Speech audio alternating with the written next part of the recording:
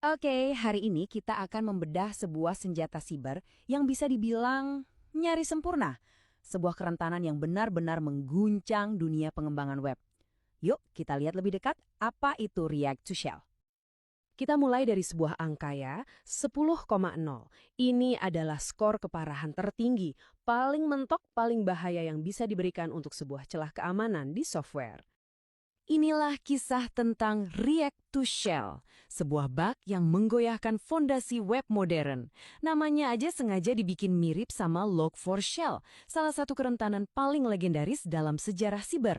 Jadi, ini bukan main-main. Terus, kenapa sih kerentanan ini bisa sampai dapat julukan senjata sempurna? Nah, ayo kita bedah satu persatu komponennya. Intinya, React to Shell ini adalah celah RCE yang kritis. Artinya apa? Artinya penyerang bisa dapat kendali penuh atas sebuah server dari mana aja di dunia ini.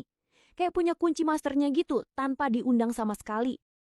Bayangin deh, ini resep untuk sebuah bencana siber. Pertama, dia ada di pengaturan default, jadi nggak perlu diapa-apain udah bahaya.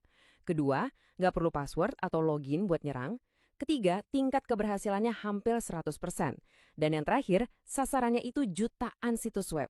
Wah, ini benar-benar kombinasi sempurna untuk menciptakan kekacauan. Dan ini bukan cuma teori loh. Begitu kerentanan ini diumumkan ke publik tanggal 3 Desember 2025, cuma dalam hitungan jam, para penyerang udah langsung tancap gas. Coba lihat deh lini masa ini. Gila banget kan kecepatannya. Kita udah nggak ngomongin hitungan hari atau minggu lagi. Sekarang itu, dari pengumuman sampai eksploitasi massal oleh berbagai kelompok, semuanya terjadi dalam hitungan jam aja. Penyerang juga nggak cuma iseng, mereka bawa segudang alat perang. Ada crypto miner buat nambang kripto pakai server orang lain, ada backdoor canggih buat akses jangka panjang, macam-macem deh. Pokoknya gudang senjata lengkap. Dan yang paling penting di sini tuh, serangannya serba otomatis dan membabi buta. Jadi mereka nih kayak nebar jaring aja, nggak peduli servernya Linux atau Windows, hajar aja semua pakai malware Linux. Yang penting kena dulu, urusan belakangan. Oke, tapi gimana sih cara kerjanya? Kok bisa sekuat itu? Yuk kita intip sedikit rahasia teknis di balik kekuatan React to Shell ini. Jadi, biang keladinya itu namanya kerentanan deserialisasi. Gampangnya gini, bayangin Anda ngirim paket ke server. Normalnya kan, server cuma buka isi paketnya. Nah, di kasus ini, perintah jahatnya itu diselipin di, katakanlah, label alamatnya. Dan server, tanpa curiga, malah ngejalanin perintah dari label itu. Kacau kan? Dan cara eksploitasinya itu ternyata cuma butuh 3 langkah simpel ini. Ini yang bikin dia bahaya banget. Proses sederhana yang ditemukan para peneliti ini jadi kunci buat nyerang sekaligus buat mendeteksi. Aneh tapi nyata, ini seperti nemuin cara bikin kunci macet, tapi macetnya itu justru malah ngebuka pintu. Nah, dengan adanya ancaman sebesar ini, komunitas open source dan keamanan siber tentunya nggak tinggal diam. Mereka gerak cepat banget buat melawan balik. Tantangan pertamanya jelas, gimana cara ngecek server kita rentan atau enggak, tapi dengan cara yang aman. Kan bahaya kalau kita malah ikutan ngehack server sendiri buat ngetes. Solusinya, wah ini cerdas banget. Para peneliti bikin semacam tes yang aman. Jadi, mereka ngirim data khusus. Kalau servernya rentan, dia bakal respons dengan error kode 500 yang spesifik. Tapi kalau udah aman atau udah di-patch, ya responsnya normal-normal aja, kode 200. Jadi gampang banget buat bedain mana yang sakit dan mana yang sehat. Bahkan sampai ada tool open source yang dirilis, namanya React to Shell Scanner, biar semua orang bisa ngecek dengan aman. Tapi ya, ironisnya tool ini juga dipakai sama penyerang buat nyari target.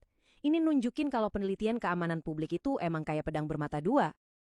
Oke, jadi gimana cara benerinnya? Nah, ini dia langkah-langkah yang harus diambil. Intinya sih satu, upgrade versi Next.js kalian ke versi yang udah ditambal.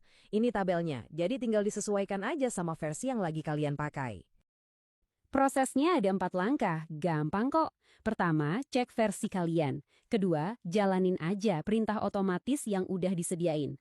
Ketiga, langsung deploy. Nah, yang keempat ini yang paling penting dan jangan sampai lupa.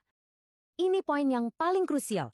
Kalau aplikasi kalian sempat online dan belum di-patch setelah tanggal 4 Desember, mengganti semua rahasia itu bukan lagi saran, tapi wajib. Anggap aja semuanya udah bocor. Kunci API, password, kredensial, semuanya ganti. Jadi pelajaran besarnya apa dari semua ini? Apa yang bisa kita bawa pulang dari kasus React to Shell ini?